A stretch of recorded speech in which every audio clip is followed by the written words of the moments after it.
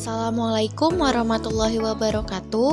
Halo anak-anak, selamat datang di video pembelajaran dasar-dasar konstruksi bangunan. Bersama saya, Zalfa Nabila Putri SPD. Pada video ini, saya akan membahas materi tentang jenis-jenis struktur konstruksi bangunan gedung. Nah, sebelum kita membahas materi hari ini, yaitu mengenai jenis-jenis konstruksi bangunan gedung, ada yang tahu nggak sih apa itu konstruksi bangunan gedung? Lalu strukturnya ada apa saja ya dalam konstruksi bangunan gedung itu? Mari kita bahas satu persatu. Jadi, struktur konstruksi bangunan gedung dibagi menjadi 3, yaitu yang pertama ada struktur bawah, yang kedua ada struktur tengah, dan yang ketiga ada struktur atas. Di mana struktur bawah itu meliputi pondasi, struktur tengah itu meliputi dinding, dan struktur atas meliputi kolom, pelat, dan juga tangga. Yang pertama ada pondasi. Pondasi merupakan komponen atau struktur paling bawah dari sebuah bangunan. Meski tidak terlihat secara langsung saat bangunan sudah selesai, namun secara fungsi struktur keberadaan pondasi tidak boleh terabaikan. Perlu perencanaan yang matang karena salah satu faktor yang mempengaruhi keawetan ataupun keamanan bangunan adalah pondasi. Jadi dapat disimpulkan bahwa pondasi ini sangatlah penting dalam suatu pembangunan struktur bangunan karena pondasi merupakan tumpuan awal dari sebuah bangunan. Berawal dari pondasi, maka akan terjadilah suatu pembangunan. Selanjutnya, apa saja sih yang perlu diperhatikan dalam menentukan jenis ukuran serta konstruksi pondasi? Oke, jadi yang pertama adalah jenis bangunan, kedua beban bangunan, ketiga kondisi tanah, keempat faktor yang berpengaruh secara langsung maupun tidak langsung. Lalu, apa sih fungsi pondasi itu? Fungsi pondasi sendiri adalah sebagai perantara untuk meneruskan beban struktur yang ada di atas muka tanah dan gaya-gaya lain yang bekerja ke tanah pendukung bangunan tersebut. Adapun syarat-syarat pembuatan pondasi. Yang pertama, konstruksi pondasi harus kuat. Yang kedua, bahan yang digunakan merupakan bahan-bahan yang tahan lama dan tidak cepat rusak. Yang ketiga, konstruksi pondasi harus dapat menahan gaya serta tekanan yang berasal dari luar.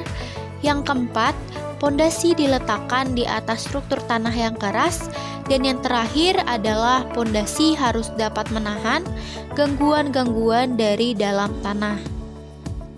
Lalu, jenis-jenis pondasi itu ada apa aja sih? Jadi, bentuk pondasi ditentukan oleh berat bangunan dan keadaan tanah di sekitar bangunan.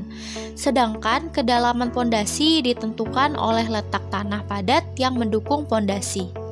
Jenis-jenis pondasi dibagi menjadi 2, yaitu pondasi dangkal dan juga pondasi dalam.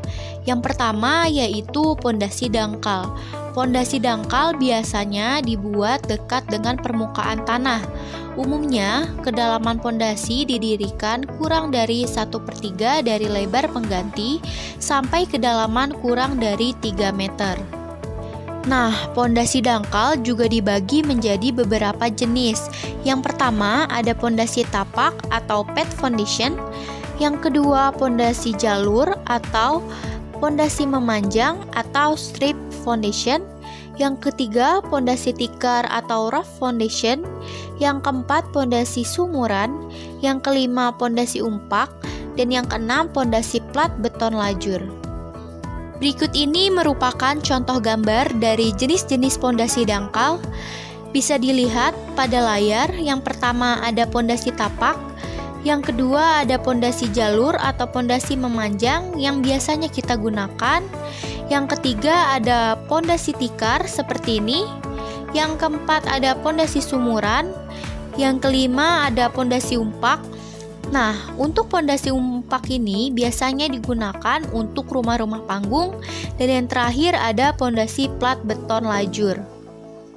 Dan yang kedua ada pondasi dalam, di mana pondasi dalam merupakan pondasi yang didirikan di permukaan tanah dengan kedalaman tertentu, di mana daya dukung dasar pondasi dipengaruhi oleh beban struktural dan kondisi permukaan tanah. Untuk jenis-jenis pondasi dalam sendiri terbagi menjadi 3. Yang pertama ada pondasi tiang pancang, yang kedua ada pondasi piers atau dinding diafragma, yang ketiga ada pondasi caisson atau bore pile. Kemudian berikut merupakan contoh-contohnya dari pondasi dalam, yaitu pondasi tiang pancang, pondasi piers atau dinding diafragma. Selanjutnya ada pondasi caisson atau bore pile. Nah, untuk pondasi bore pile ini biasanya disebut juga dengan paku bumi. Baik, pembahasan selanjutnya adalah dinding. Dinding merupakan bagian konstruksi bangunan bagian tengah atau struktur tengah yang juga penting dan berfungsi untuk membentuk konstruksi bangunan, melindungi dalam bangunan, maupun menjaga penampilan artistik dari suatu bangunan. Jenis-jenis dinding dibedakan menjadi 5. Yang pertama ada dinding batu bata, yang kedua ada dinding bata cetak, yang ketiga ada dinding bata hebel, yang keempat dinding batako atau beton, yang kelima adalah dinding partisi.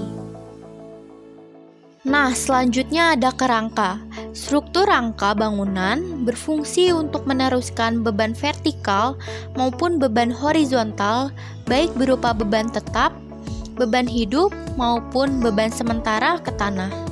Struktur rangka meliputi yang pertama rangka atau skeleton, yang kedua kabel dan jaringan, yang ketiga permukaan bidang. Nah, permukaan bidang ini dibagi lagi, yaitu ada bidang lipat, cangkang, dan membran. Selanjutnya yang terakhir ada atap. Apa sih yang kalian ketahui tentang atap? Jadi, atap merupakan bagian bangunan gedung atau rumah yang letaknya berada di bagian paling atas. Sehingga untuk perencanaan atap ini haruslah diperhitungkan dan harus mendapat perhatian yang khusus dari perencana.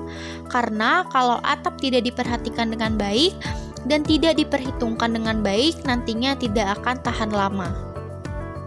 Nah, untuk struktur utama konstruksi atap meliputi penutup atap, gording, dan juga kuda-kuda.